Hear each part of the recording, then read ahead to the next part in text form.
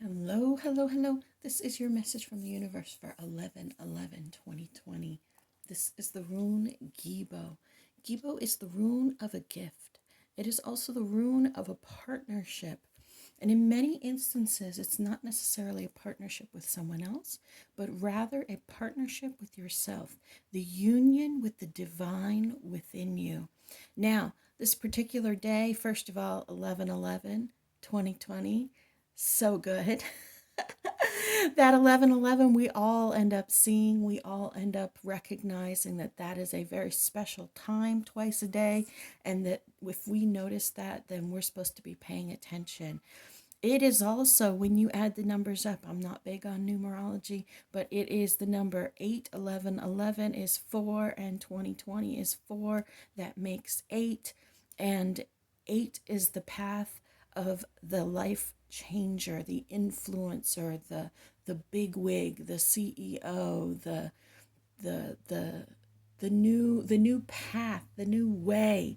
It's kind of like, big boss on campus, badass bitch, that kind of thing. Like, that's the 8 life path. Now that's my life path too.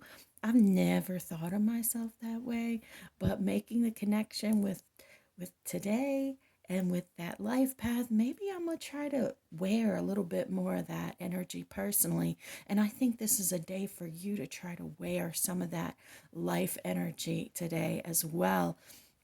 This particular reading, when we look at it in conjunction with the Gibo, which, as I said, is like a gift and a partnership with the self.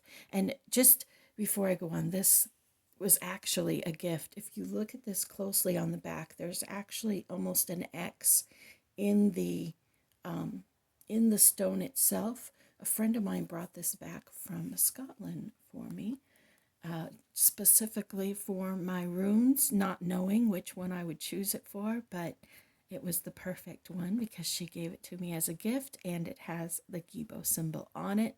So it worked out perfectly. Okay, so in these readings, we have the Queen of Coins, but she is reversed. This is not a bad thing that she's reversed. When the Queen of Coins is reversed, it's talking about financial independence.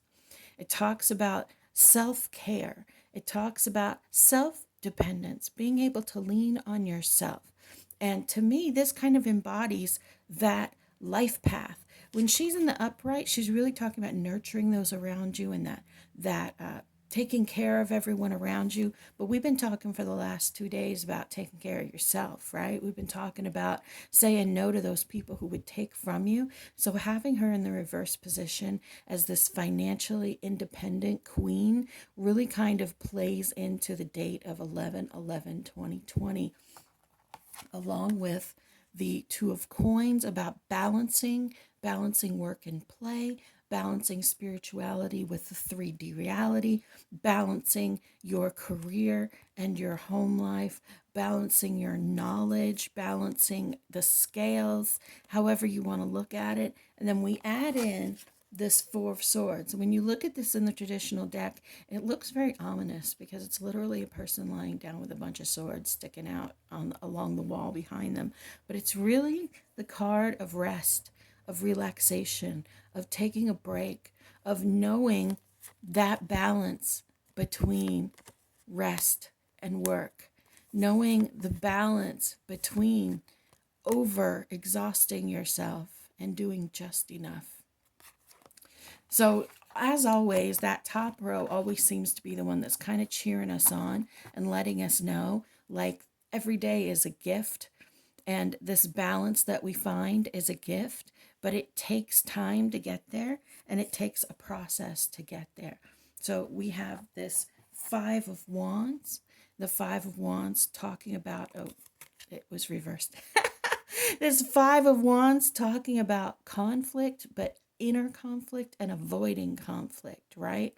It talks about avoiding that conflict with others.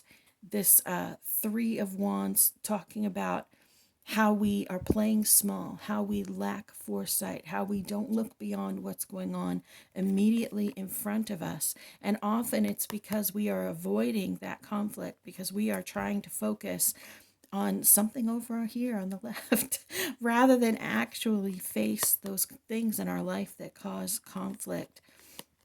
But it is also a space of researching and learning about where you stand on things, researching and learning about the different platforms that are out there, not just socially, but spiritually. A lot of us tend to wander in our spiritual path, not quite sure what's for us. And it's talking about how doing research, like actually digging into that, not just saying, I don't know what path I am, somebody tell me, or I don't know what path I am, do a reading for me, or I don't know what to do next. Actually listening to yourself and digging into your own research, because it's when we actually listen to our intuition and then follow it into action, that we are able to accomplish something. This Chariot reverse, the Chariot is always about movement, although this kitty doesn't look like he's moving too much, does he? The Chariot reversed is about that movement kind of being stagnant and not moving forward, almost like they're pulling, like the horses on a typical deck. There's horses on this that are kind of pulling you forward. They look like giant beasts, and on they're when it's reversed, they're kind of like they're pulling at the reins, but you're holding them back and you don't quite know why. It can be a very good thing to hold back. It can be a very good thing to take today for rest and recuperation. It can be a very good thing to get balance in your life, in your stance, in your platforms, knowing where you stand, knowing who you are, knowing what you believe and what you don't believe, knowing yourself. Because knowing yourself is probably the most important thing you can do in spirituality. All the other paths, whether you choose witchcraft or Wiccan or paganism or shamanism or the Galactic Federation of Light, whether you play with crystals, whether you do divination, whether you like to dance naked in the moonlight, whatever it is that you're doing, whatever path it is that you are following, the basis of all of them is self. The basis of all of them is you.